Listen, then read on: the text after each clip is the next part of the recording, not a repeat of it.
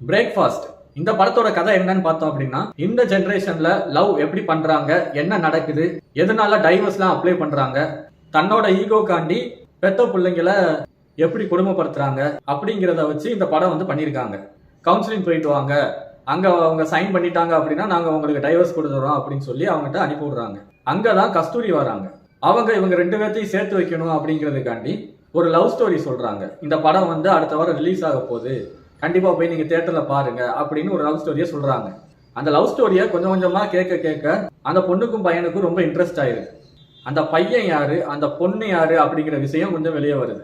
அப்பாவுக்கும் மகளுக்கும் வந்து சண்டைகள் ரொம்ப அதிகரிக்குது. சரின்னு ஹீரோவை கூப்பிட்டுட்டு அவங்க வந்து ரிஜிஸ்டர் மேரேஜ் பண்ணிக்கலாம் அப்படின்னு போயிடுறாங்க. ஹீரோ வந்து ஃபேமிலி தான் முக்கியம் அப்படின்னு நினைக்கிறாரு. அதனால ரிஜிஸ்டர் மேரேஜ் பண்ணிக்கல. பொண்ணோட வீட்டுக்கே கூட்டு வராரு. அங்க வந்து சுச்சுவேஷன் சரியில்லாதனால அவங்க முன்னாடியே தாலி கட்டி கூட்டு போயிடுறாரு. சரி, கல்யாணம் ஆயிடுச்சு, இப்ப நல்லா இருப்பாங்க அப்படின்னு பார்த்தா கல்யாணம் ஆனதுக்கு அப்புறமும் நல்லா தான் இருந்தாங்க. ஆனா அவங்களுக்குள்ள இருக்கிற ஈகோ கொஞ்சம் கொஞ்சமா இடிக்க ஆரம்பிச்சது. ஹீரோவோட அப்பா அம்மா ஊர்ல கஷ்டப்படுறாங்கன்னு தெரிஞ்சு ஹீரோயின் வந்து அவங்கள வீட்டுக்கு கூட்டு வந்துருங்க, நம்ம பார்த்துக்கோன்னு சொல்லி கூட்டு வந்துருவாங்க. அவங்க அப்பா அம்மா பண்ற சில பல சின்ன சின்ன தப்பை பார்த்துட்டு இவங்க பெரிய தப்பா நினைச்சு மிஸ்டேக் பண்ணிடுவாங்க ஹீரோயின். கொஞ்ச நாள் கழிச்சு ஹீரோட்ட கேட்காம அவங்கள போய் முதியோர் இல்லத்துல சேர்த்து விட்டுருவாங்க. அதை பார்த்து கோபமான ஹீரோ திரும்ப போய் அவங்கள கூட்டு வந்துருவாரு. கூட்டு வந்தோடனே ஹீரோயினுக்கும் ஹீரோவுக்கும் ரொம்ப மிஸ் அண்டர்ஸ்டாண்டிங்ல அடிதடி சண்டை ஆகி போகும். அதெல்லாம் பார்த்துக்கிட்டு இருந்தவங்க அம்மா அப்பா வீட்டை விட்டு வெளில போயிடுறாங்க.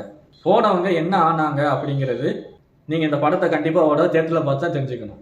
ஹீரோ இப்போ அவங்க அம்மா அப்பாவை எங்க தேடுறது அப்படின்னு எங்கெங்கயோ தேடுறாரு, எங்கேயுமே கிடைக்கல. ஹீரோயினும் ஒரு சைடு கர்ப்பமா இருக்காங்க. அவங்ககிட்ட ஹீரோ பேசுறதே கிடையாது.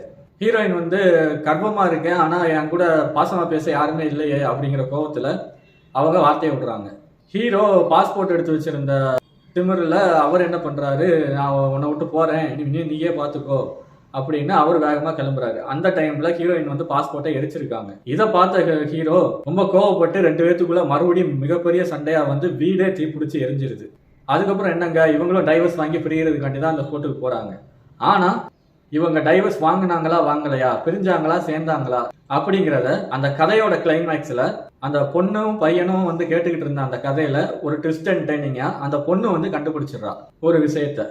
ஒரு மனசாட்சியே இல்லாத ஒரு அம்மா தன்னோட ஈகோக்காண்டி பெத்த பிள்ளைக்கு இப்படி ஒரு விஷயம் பண்ணலாமா ஹாஸ்பிட்டல்ல அப்படின்னு இது வரைக்கும் பண்ணாத ஒரு சீனை இந்த படத்துல பண்ணியிருக்காங்க. இதுக்கு பதிலாக அவங்க ரெண்டு பேரும் இறந்திருந்தாலே நல்லா இருந்திருக்கும்.